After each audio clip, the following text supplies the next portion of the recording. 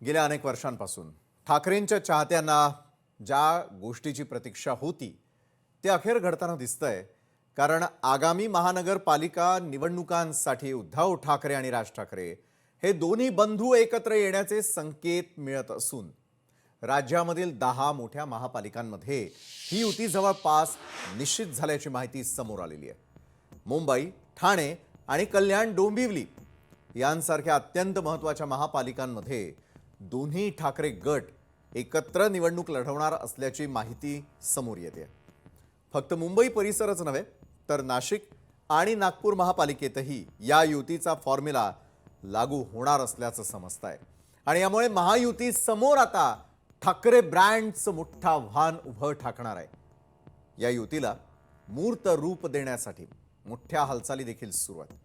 ठाकरेंच्या शिवसेनेचे अनिल परब यांनी नुकतीच राज ठाकरेंची भेट घेतल्याची बातमी आहे। या भेटीनंतर राजकीय चर्चांना उधाण आलेलं आहे। तर मनसेचे नेते नितीन सरदेसाई यांनी दिलेल्या माहितीनुसार युतीची ही चर्चा आता अंतिम टप्प्यात आलेली आहे। शिवतीर्थावर होणाऱ्या या ऐतिहासिक घडामोडींमुळे महाराष्ट्राच्या निवडणुकीचं समीकरण पूर्णपणे बदलणार आहे। जर 10 महापालिकांमध्ये ठाकरे बंधूंची ताकद एकत्र आली तर त्याचा फटका कुणाला बसणार आणि फायदा कुणाला होणार आहे हे पाहणं महत्त्वाचं ठरणार आहे।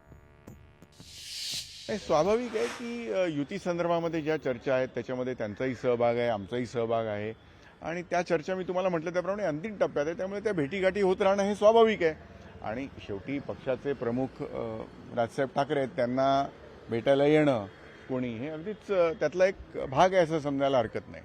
कधी मी तुम्हाला म्हटलं त्याप्रमाणे अंतिम टप्प्यात आहे।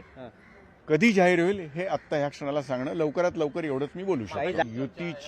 युतीची सगळी जी चर्चा आहे ती अंतिम टप्प्यात आहे आणि लवकरात लवकर तुम्हाला कळवण्यात येईल आणि ते कळवतील सन्माननीय पक्षाचे आमचे अध्यक्ष सन्माननीय राजसाहेब ठाकरे हेच तुम्हाला त्याची बातमी देतील। युतीच्या ज्या बैठका चालू आहेत त्या मनाच्या विरोधात सुरू आहेत। वरिष्ठांच्या आदेश आलाय म्हणून सुरू आहेत।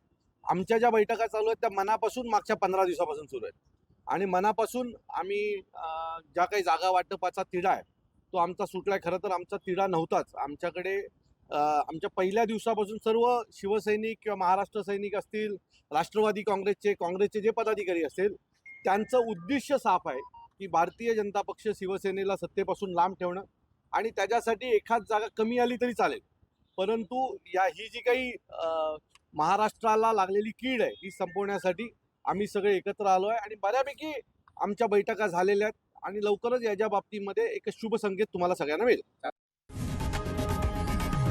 लोकशाही मराठी ऐका, पहा, जागरूक रहा।